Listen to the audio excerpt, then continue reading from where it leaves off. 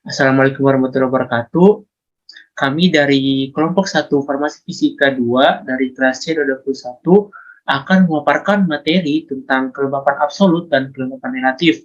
Di sini saya sebagai moderator yang akan memimpin jalannya diskusi hasil review jurnal dan buku dari kelompok kami telah kami diskusikan bersama-sama dan mengambil beberapa hasil pengamatan atau rangkuman-rangkuman yang terdapat dalam jurnal atau buku tersebut.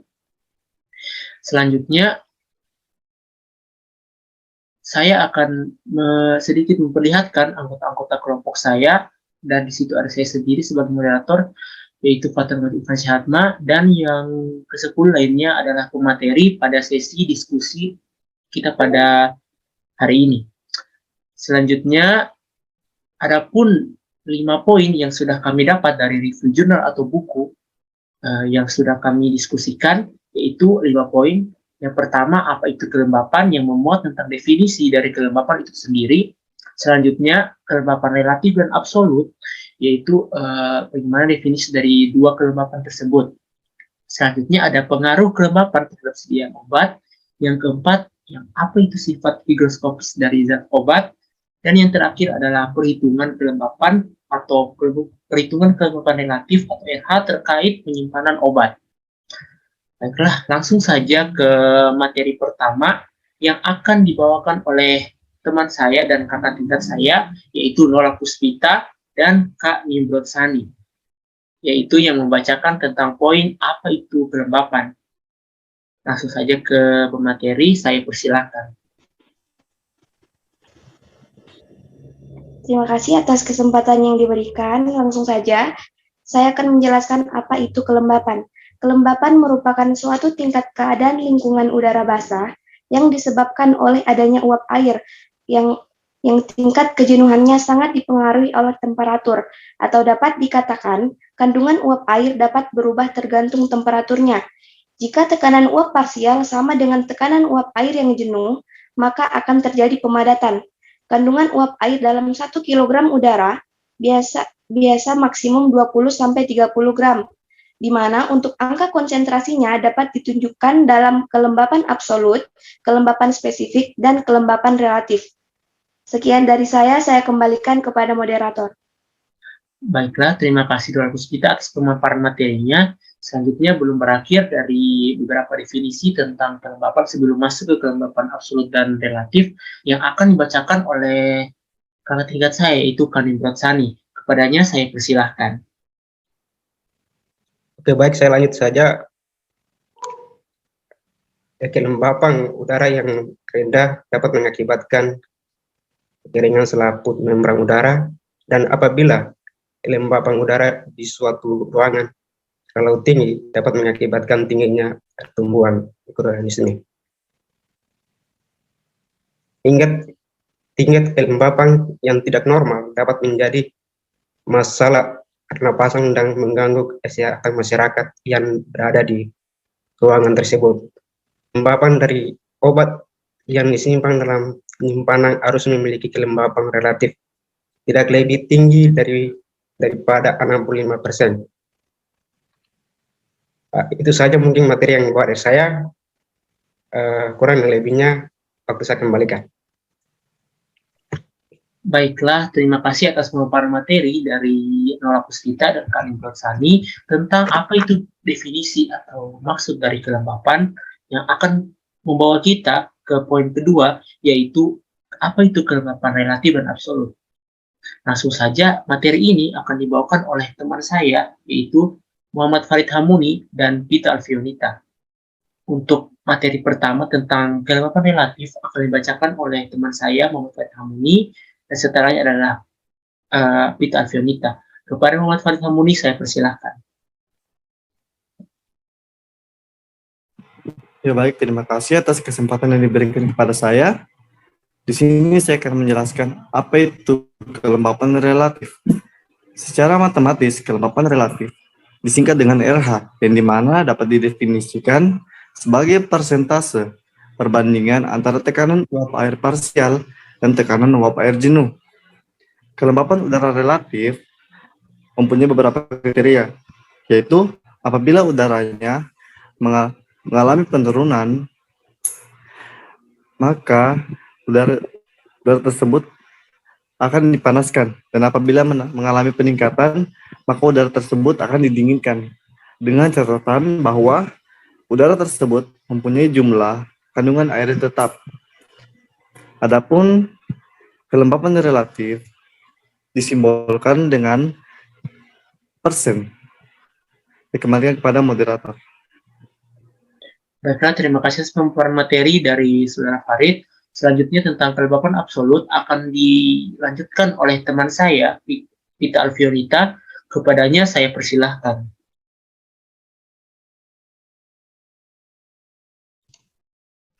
Baik, selanjutnya apa itu kelembapan absolut? Kelembapan absolut atau yang sering disebut sebagai kelembapan mutlak adalah massa uap air per satuan volume udara. Maksudnya adalah kelembapan absolut merupakan massa uap air yang berada dalam satu satuan udara. Nah, pada jenis ini kelembapan yang dihitung adalah berat uap air per satuan volume parcel udara. Hitungan uap air pada kelembapan ini tidak mempertimbangkan temperatur ataupun tekanan udaranya. Namun, kelembapan absolut pada dasarnya dipengaruhi oleh suhu udara di sekitarnya karena berkaitan dengan kekuatan udara dalam menampung uap air. Kelembapan absolut atau kelembapan mutlak ini sendiri dinyatakan dalam satuan gram per meter kubik. Sekian dari saya kembalikan ke moderator. Terima kasih Saudara Muhammad Hamuni dan saudari saya, Vita Alfionita, yang menjelaskan tentang kelembapan relatif dan absolut. Selanjutnya, lanjut ke materi ketiga, yaitu pengaruh kelembapan terhadap sediaan obat. Nah, langsung saja materi ini akan dibawakan oleh 3 teman saya, yaitu Raudatul Jannah, Nur Fadila Muzakir, dan Desir Fitrianita Adnan. Kepada Raudatul Jannah yang akan memulai poin ini, saya persilahkan. Baik, terima kasih. Efek kelembapan yang tidak terkontrol pada sediaan farmasi dikelompokkan dalam 3 proses. Yang pertama, pengolahan. Nah, pada proses pengolahan, adanya uap air membuat bahan sulit dihancurkan menjadi partikel kecil atau serbuk. Kelembapan ini juga dapat mengurangi kapasitas serbuk yang mengalir secara merata. Hal ini dikarenakan adanya peningkatan ketebalan lapisan cairan yang terabsorpsi. Dalam tablet kompresi serbuk dapat dilakukan di bawah tekanan tinggi hanya ketika serbuk dalam keadaan kering. Nah, maka jika terjadi kelembapan dapat menyebabkan terurainya obat, serta akan terjadi gumpalan yang mengakibatkan kerusakan pada proses pembuatan tablet. Sekian dari saya kembalikan ke moderator. Baiklah, materi selanjutnya tentang proses manufacturing akan dijelaskan oleh teman saya, Nur Fadila Muzakir. Kepadanya saya persilahkan. Oke, selanjutnya pengaruh kelembapan terhadap sediaan obat pada proses manufacturing, yaitu di mana tablet-tablet yang terlalu lembab menyerap air secara berlebihan akan mempengaruhi stabilitas fisika dan kimia dari produk akhir. Contohnya yaitu akan mempengaruhi permukaan tablet sehingga permukaan tablet akan menjadi lunak. Sekian dari saya kembalikan ke moderator.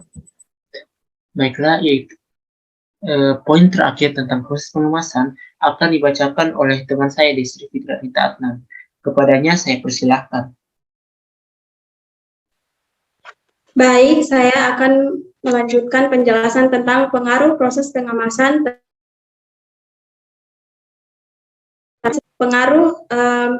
proses pengolahan dan proses manufacturing. Proses pengemasan juga merupakan salah satu tahapan yang penting dalam pembuatan farmasi, karena proses ini merupakan parameter yang dapat mempengaruhi stabilitas dan mutu dari suatu obat tersebut.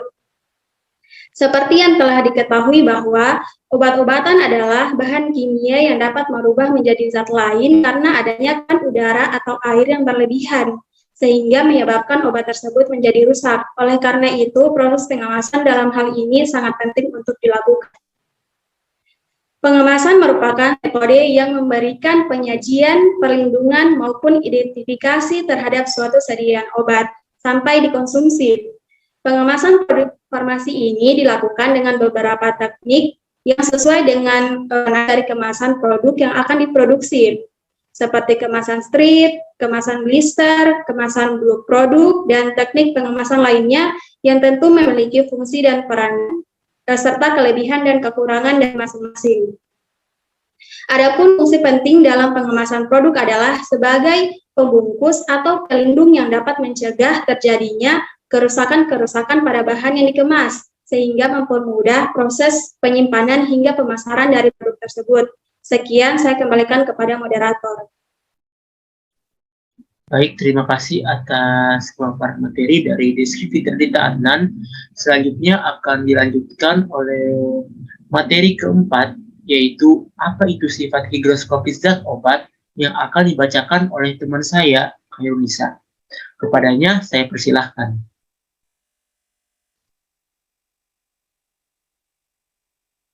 Higroskopis adalah kemampuan suatu zat untuk menyerap molekul cairan dari lingkungannya, baik melalui absorpsi atau adsorpsi. Zat dikatakan higroskopis bila zat itu mempunyai kemampuan menyerap molekul cairan dengan baik. Contohnya, zat-zat higroskopis antara lain ada madu, gliserin, etanol, metanol, asam sulfat pekat, dan natrium hidroksida. Sifat higroskopis obat adalah sifat obat yang menyerap molekul air pada udara yang berkaitan dengan kelembapan pada suhu ruang. Suatu bahan dikatakan higroskopis apabila terjadi peningkatan berat lebih dari 2% ketika ditempatkan pada kelembapan udara 66% temperatur ruang selama 24 jam. Beberapa zat higroskopis juga ditambahkan pada makanan atau bahan-bahan tertentu untuk menjaga kelembapan. Padatan higroskopis merupakan cairan yang terikat dan biasanya mempunyai tekanan uap air yang lebih rendah dan tekanan jenuh, seperti tanah liat, kayu, dan tekstil.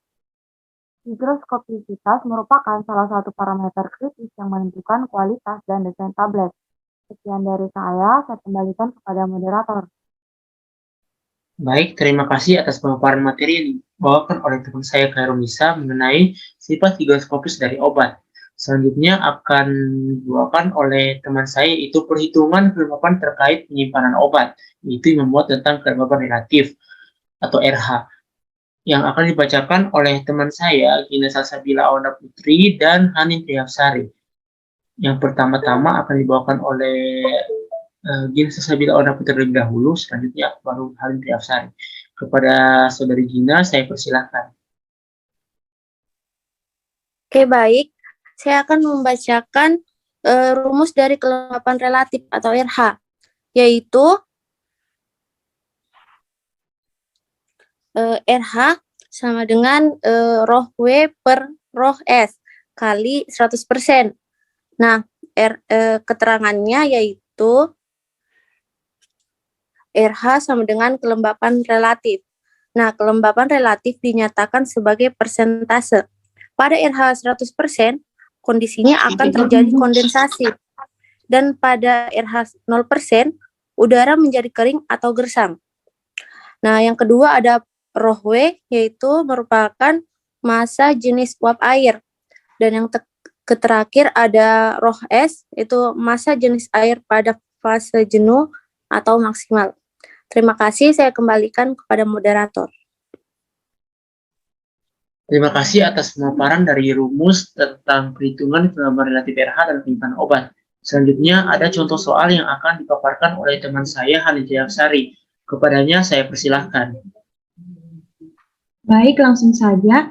Perlu yang kita ketahui bahwa ukuran jumlah kandungan uap air di udara tidak dinyatakan dengan harga mutlak, tetapi menggunakan satuan relatif yang disebut dengan kelembapan relatif karena kandungan uap air maksimal dapat berbeda pada suhu yang berbeda pula.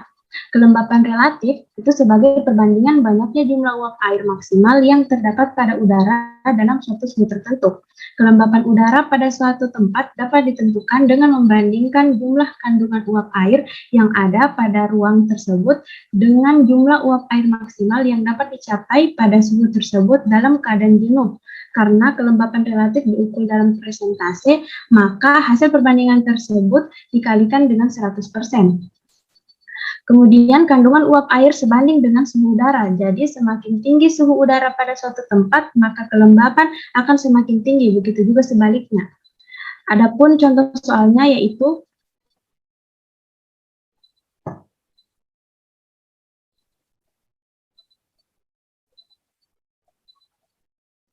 pada suhu ruang 85 derajat Celcius, kandungan uap air maksimal mencapai 183 grams per pound berat udara. Pada keadaan ini dikatakan bahwa kelembapan udara sebesar 100%. Jika udara tersebut dikondisikan dengan menurunkan uap air 131 grams per pound pada suhu yang sama, maka kelembapan relatifnya adalah berikut adalah persamaan kelembapan relatif, yaitu RH sama dengan massa jenis uap air per massa jenis uap air jenuh per max atau max dikali 100%. Diketahui massa jenis uap airnya yaitu 131 grams per pound pada suhu yang sama. Dan massa jenis uap air jenuh yaitu 183 grams per pound dikali 100%. Hasilnya yaitu 71,6%. Jika dibandingkan dengan kelembapan dari obat yang disimpan dalam suatu penyimpanan, memiliki kelembapan relatif tidak lebih tinggi daripada 65%. Jadi pada keadaan ini kelembapan relatifnya melebihi kelembapannya melebihi kelembapan relatif yaitu 65%. Adapun akibat dari tingginya kelembapan yang terlalu tinggi yaitu akan memberikan dampak buruk bagi manusia. Sekian paparan materi dari saya kembalikan kepada moderator.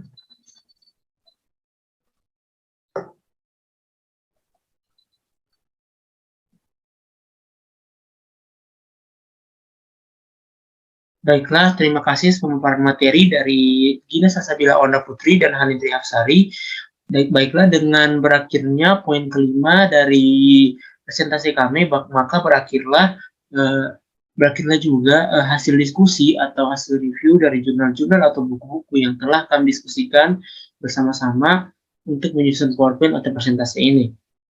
Baiklah, untuk daftar pustakanya kami ambil dari kombinasi buku dan jurnal yang telah kami review dan kami rangkum. Baiklah, saya rasa itu saja presentasi dari kelompok kami mengenai kelembapan yang memuat tentang kelembapan relatif dan kelembapan absolut dari suatu penyimpanan obat yang disertai dengan perhitungan juga. Kami rasa ini adalah hal yang bisa kami review dan amati dari beberapa buku atau jurnal yang telah kami diskusikan bersama.